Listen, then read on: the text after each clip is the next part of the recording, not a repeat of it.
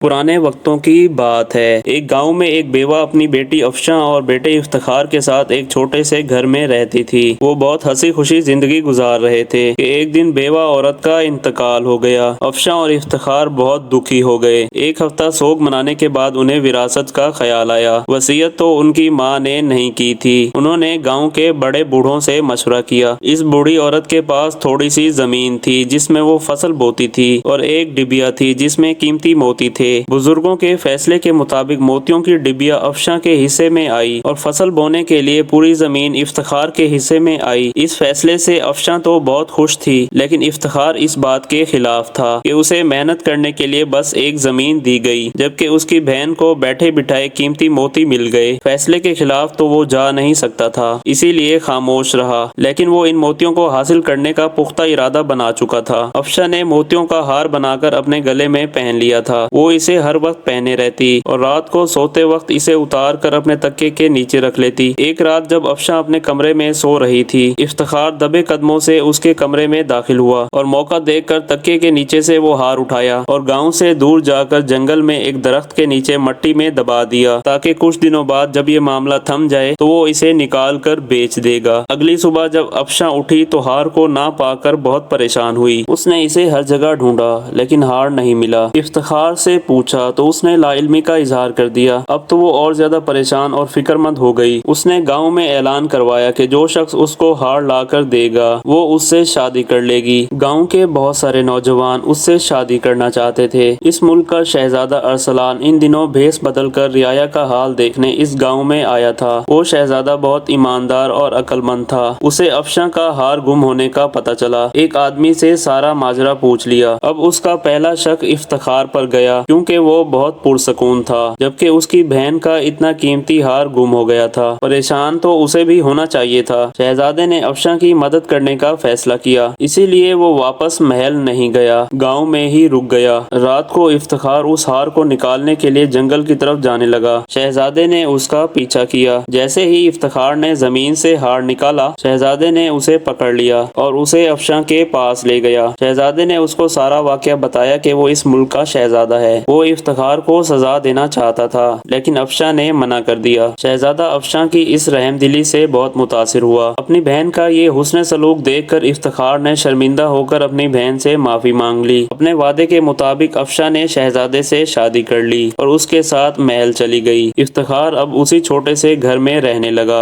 और उसी जमीन पर काम करने लगा और शहजादा अरसलान और शहजादी अफशां हंसी खुशी जिंदगी गुजारने लगे और वो मोतियों का हार अब भी अफशां के गले में था।